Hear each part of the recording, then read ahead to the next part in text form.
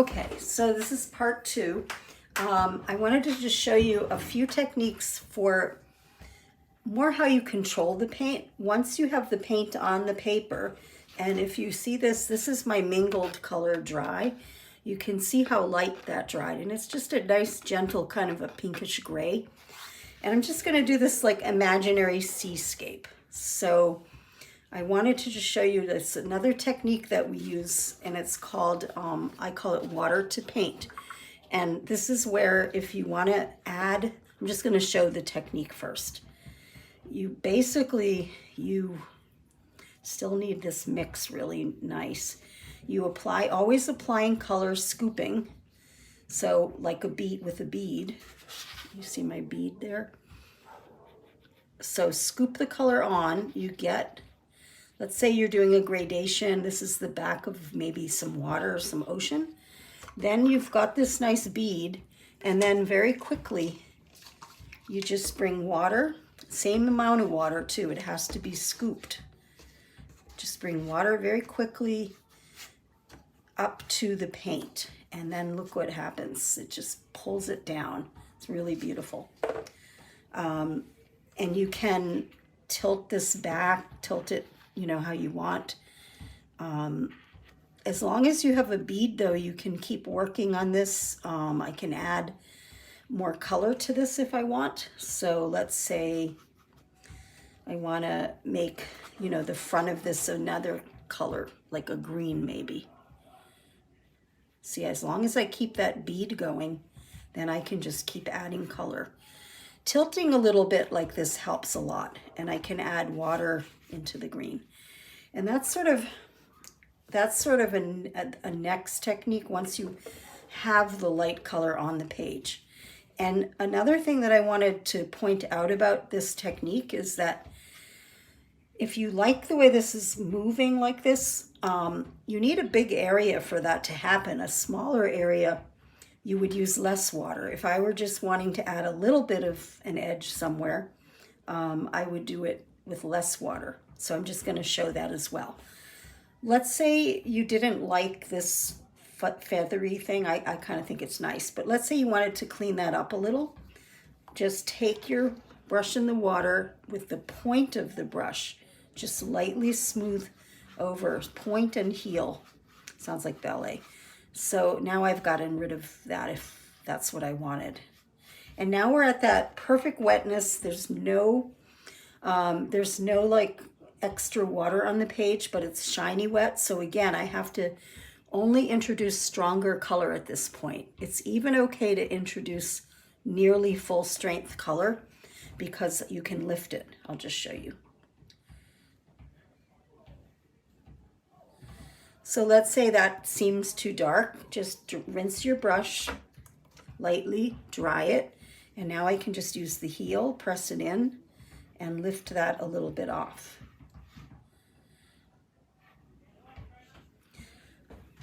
So that's sort of an imaginary seascape.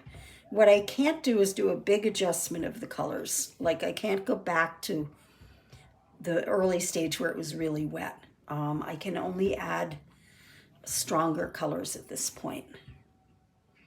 Occasionally you can, see if this will work. I'm rinsing, drying. Occasionally you can you can adjust something by lightly. I've got a light color, but I just used the point and very lightly pressed that in. So the point, even though that's strong, the point really helps there. I don't know if you can see this yet, but I hope you can. This part of the paper is starting to dry. Can you see? I don't know if you can see that it's shiny in the middle and drier on the edges. That's the point where it's critical to stop painting. You can always re-wet it once it's fully dry, but if you keep putting color on at this point, it's going to ruin it. And like you can see, this is wet. See, like, you see what that does. I showed you that before. Okay.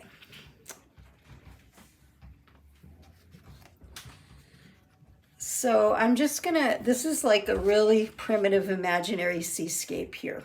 Very primitive. Let's see, what do I want to do?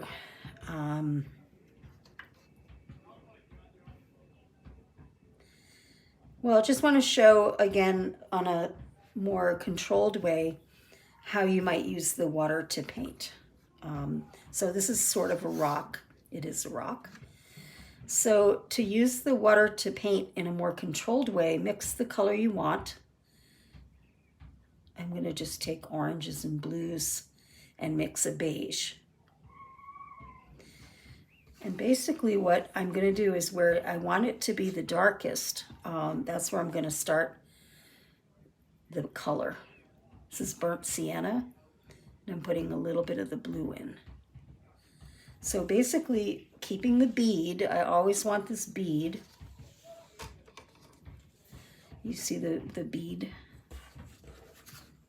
It's a little bead because it's only a little area. So scooping. And I can either add pale color to the top or water. It doesn't really matter. I'm just going to add this pale color and just drag it down. And that gives you this nice, beautiful graded wash.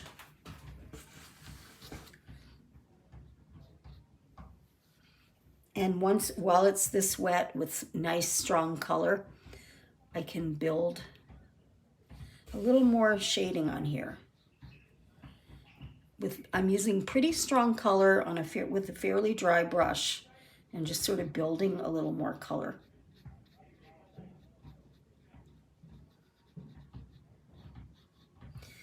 And that sort of would be how that might start.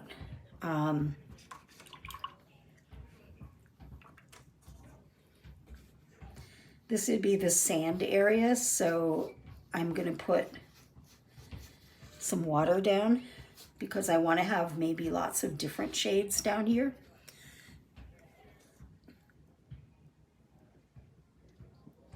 And this is the mingling I showed you before. We're using the brush like an eyedropper, just like mingling the color. And again, you can leave it loose like this, or you can keep mingling. And this can stay this way, like I said, or if I'm using the point, if I just want to smooth it into a color. But now I have this really nice kind of a passage from the warmer to the cooler. And it's that perfect wetness, it's shiny wet. So now what I want to do is just make, this is French ultramarine. I want to make a shading under where the wave is. I've got very strong color on my brush. You see my point is really working in there. And I'm using the point to just kind of go along like that. And again, I can blend it by rinsing and blotting. And now with the point, if I want to drag this down,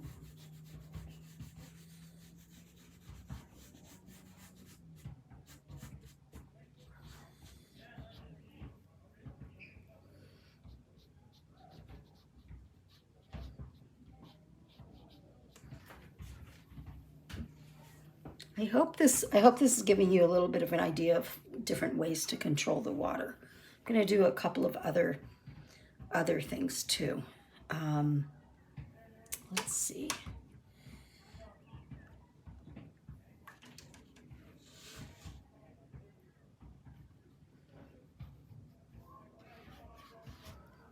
So I'm going to have it be lighter in the front here. I'm leaving a strip of dry paper. Very important to let wet areas dry. So I'm not touching this rock.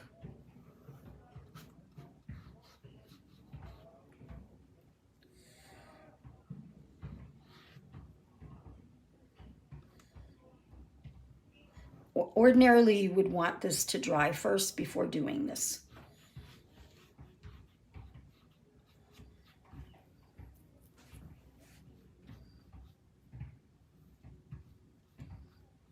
But this way I can just add my color.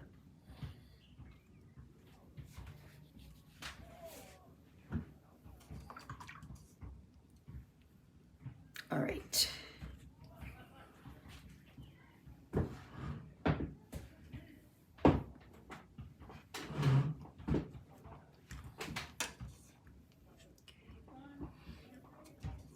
Let's say I want to, if I want to add more to the sky, I would want to wait till this is dry. So basically I have to wait for this to dry to do more. So that's it for now.